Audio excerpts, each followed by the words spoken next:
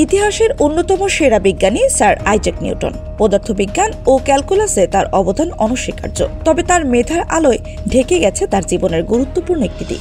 তিনি ছিলেন কিছুটা অপ্রকৃতিস্থ। বয়স বাড়ার সঙ্গে নিউটনের আগ্রহ ভাগ হয়ে যায় বিজ্ঞান আর অযৌক্তিক বিশ্বাসে। আলবার্ট আইনস্টাইন নিউটন সম্পর্কে বলেছিলেন, প্রকৃতি তার হাতে স্বেচ্ছায় ধরা দিয়েছে। প্রকৃতির রহস্য নিউটনের মতো করে আর কেউ এতটা উন্মোচন করতে পারেনি। নিউটনের হাত দিয়েই আমরা পেয়েছি আলো এবং বর্ণের সম্পর্ক, মহাকর্ষ বলের গাণিতিক সূত্র ও গতির সূত্র।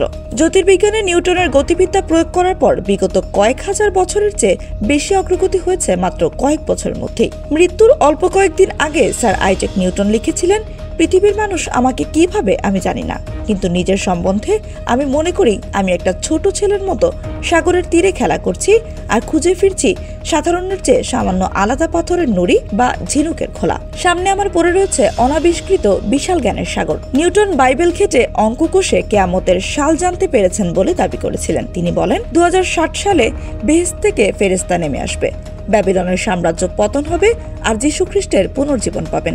এই কথাগুলো মোটেও কোনো বৈজ্ঞানিক আবিষ্কার ছিল না, বরং তিনি আক্ষরিক অর্থেই দাবি করেছিলেন ফেরেশতা নেমে এসে আকাশে উড়ে বেড়াবে। আত্মবিশ্বাসের সাথে নিউটন দাবি করেছিলেন, কিয়ামত কিছুদিন পরে হতে পারে, তবে 2060 সালের আগে হবে না। তার কাছে এটা ছিল আর 10টা বৈজ্ঞানিক আবিষ্কারের মতোই।